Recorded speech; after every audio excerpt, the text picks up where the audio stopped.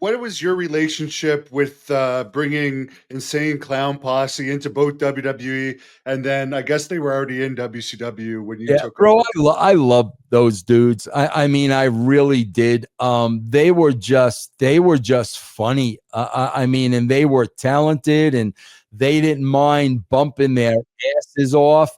If anything, bro, they were undependable at times. But I was always a fan of those guys, man. I thought they were great characters and very, very, very entertaining. Now, I did hear him tell a story that the Headbangers roughed them up during Raw, and I watched it. And at one point, one of them's holding their hands back, and he takes a full-fledged steel chair to their head. And I guess the Headbangers said WWE kind of orchestrated that, but Violent J didn't believe it. Do you recall anything about that from that time? I recall because I review the Attitude Era on russosbrand.com, and I recall seeing that. Listen, man, Hannibal, I don't know if you've ever heard this story, but see, people don't want to believe shit like this happens in wrestling. They don't want to believe it. Bro, you remember Ronnie and Donnie Harris? Oh, yeah, they're friends of yours, right? Yeah, bro, they left the wrestling business because they got orders to put a hit on the Legion of Doom. They were told to get in the ring and beat the shit out of these guys. And Ronnie and Donnie said, "We're not going to do that. They're our friends. We're not doing that." And they were let go from the company. So do I believe that a hit was put out on ICP? Absolutely, 1,000%.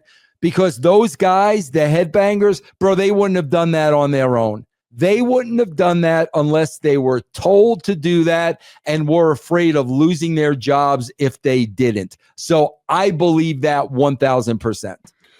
What was the reason behind that? Were they just fed, or for WWE saying that? Was it because they were just fed up with Hawk at that point? No, bro, you got to understand, Hannibal. When I got in the ring, bro, very early on, I had a cage match with Ric Flair in Atlanta. Bro, I got concussed in that match, and I got concussed pretty badly. And bro, I continued to work.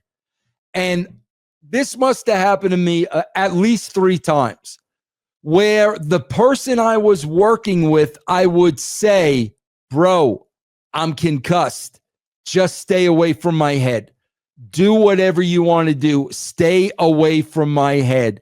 And bro, they came directly for my head.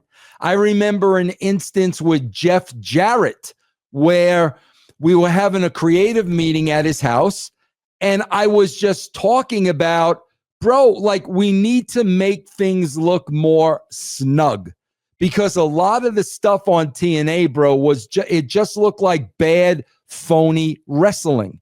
So I said to Jeff, "Bro, the work needs to be more snug." Bro, about a week later, I had a match with Jeff, who was my friend.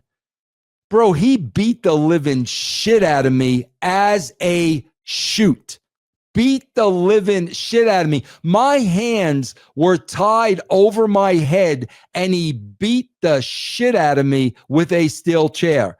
That is the wrestler's way of telling you, "Oh, you think you're a wrestler? You want to be a wrestler? We're going to show you what it is to be a wrestler." It's like, now you're coming into their world. And if you're not a bona fide wrestler, then, it is their duty to teach you what wrestling was all about. Bro, that still happens to this day. We saw Lana go through a table for how many weeks? That still happens to this day. Didn't it happen with David Penzer and Kurt Angle in TNA too, where Penzer took a legitimate beating? I don't know about. I don't know about that. May not have been during your time, Yeah. but Yeah.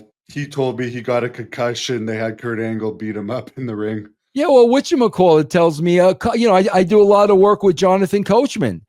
He told me the story. They legitimately put a hit on him that he knew nothing about.